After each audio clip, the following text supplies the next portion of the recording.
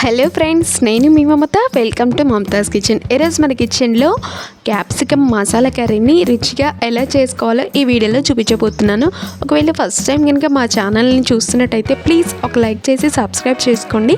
ఇంకా లేట్ చేయకుండా వీడియోలోకి వెళ్ళిపోదాం. ముందుగా నేనైతే ఇక్కడ ఒక 3 క్యాప్సికమ్ని, అలాగే 4 టమాటో, ఒక ఉల్లిగడ్డని తీసుకున్నానండి. ఇలా తీసుకున్న తర్వాత వీటిని శుభ్రంగా కడిగి ఇలా పీసెస్ లాగా కట్ చేసుకుందాం. క్యాప్సికమ్ని ఇలా చిన్నగా కాకుండా కొంచెం వీడియోలో చూపిస్తున్నట్టుగా ఇలా కొంచెం పెద్దగా కట్ చేసుకోవాలి. మనం అన్నం తింటుంటే ముద్దలో పెట్టుకోవడానికి వీలుగా ఉండేలా కొంచెం, చూసారు కదా, ఇలా కట్ చేసుకోవాలండి. ఇలా కట్ చేసుకున్న తర్వాత టమాటాలను కూడా మనకు వీలైనంత సన్నగానే కట్ చేసుకొని, ఉల్లిపాయను కూడా సన్నగా కట్ చేసుకొని ఒక పక్కన పెట్టుకోవాలి.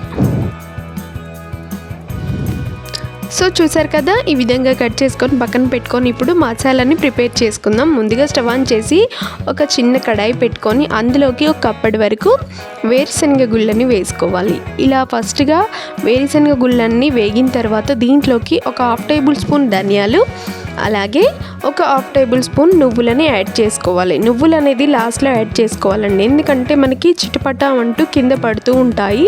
అన్నీ వేగిన తర్వాత వేసుకొని ఎండు కొబ్బరిని కూడా ఒక 4 నుంచి 5 ముక్కల వరకు వేసుకొని ఇలా అన్నీ దోరగా వేయించుకొని ఇవి చల్లారిన తర్వాత మిక్సీ జార్లోకి యాడ్ చేసుకుందాం.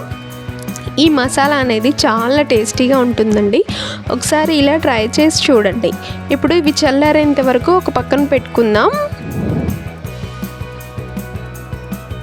ఇప్పుడు ఒక మిక్సీ జార్ తీసుకొని ఇప్పుడు మనం వేయించుకున్నవన్నీ కూడా ఇందులోకి యాడ్ చేసుకోవాలి. ఇప్పుడు దీంట్లోకి కడిగిన చింతపండుని ఒక గింత తీసుకోవాలి. తీసుకొని యాడ్ చేసుకొని దాల్చిన చెక్క 1, 3 లవంగాలు కూడా వేసుకోవాలి. నేను ఇక్కడ స్కిప్ చేసి ఏలకులని, కొంచెం అల్లం వెల్లుల్లి పేస్ట్ని వేశాను. మీరు కావాలంటే అల్లాన్ని, వెల్లిపాయలని కూడా వేసుకోవచ్చు.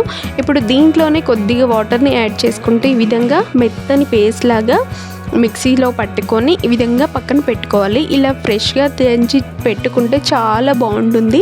ఇప్పుడు కర్రీని స్టార్ట్ చేద్దాం. ముందుగా స్టవ్ ఆన్ చేసి ఒక కడాయి పెట్టుకొని ఇందులోకి ఒక 2 నుంచి 3 టేబుల్ స్పూన్ల వరకు ఆయిల్ని యాడ్ చేసుకోవాలి.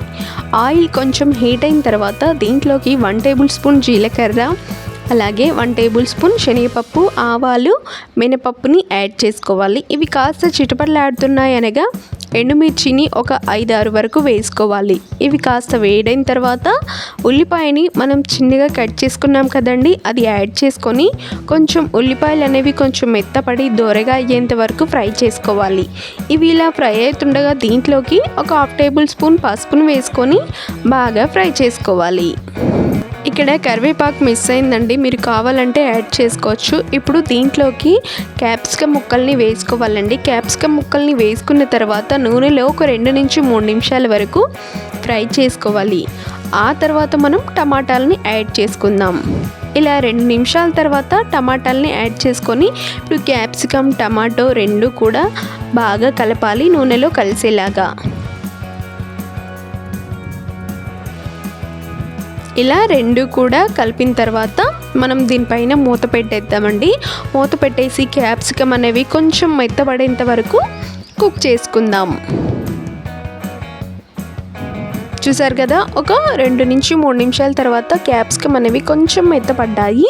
ఇప్పుడు దీంట్లోకి ఉప్పు, కారాన్ని యాడ్ చేసుకుందాం. మీకు రుచికి తగ్గట్టుగా నేనైతే ఒక 1.5 టేబుల్ స్పూన్ వరకు సాల్ట్ని యాడ్ చేసుకున్నాను. దాని తర్వాత కారాన్ని కూడా మీకు రుచికి తగ్గట్టుగా కారాన్ని యాడ్ చేసుకోవాలి. కొంచెం కొంచెం వేసుకోండి, మీరు కావాలంటే లాస్ట్లో యాడ్ చేసుకోవచ్చు. ఇలా ఉప్పు, కారం వేసిన తర్వాత దీంట్లో అన్నీ కూడా కలిసేలాగా ఒకసారి బాగా కలుపుకోవాలండి. ఇలా కలిపిన తర్వాత మూత పెట్టేసి నూనె కొంచెం పైకి తేలేంత వరకు, అంటే ఒక 5 నిమిషాల వరకు మీడియం ఫ్లేమ్లో పెట్టి కుక్ చేసుకోవాలి. చూసారు కదా, నూనె అనేది కొంచెం పైన తేలుతుంది.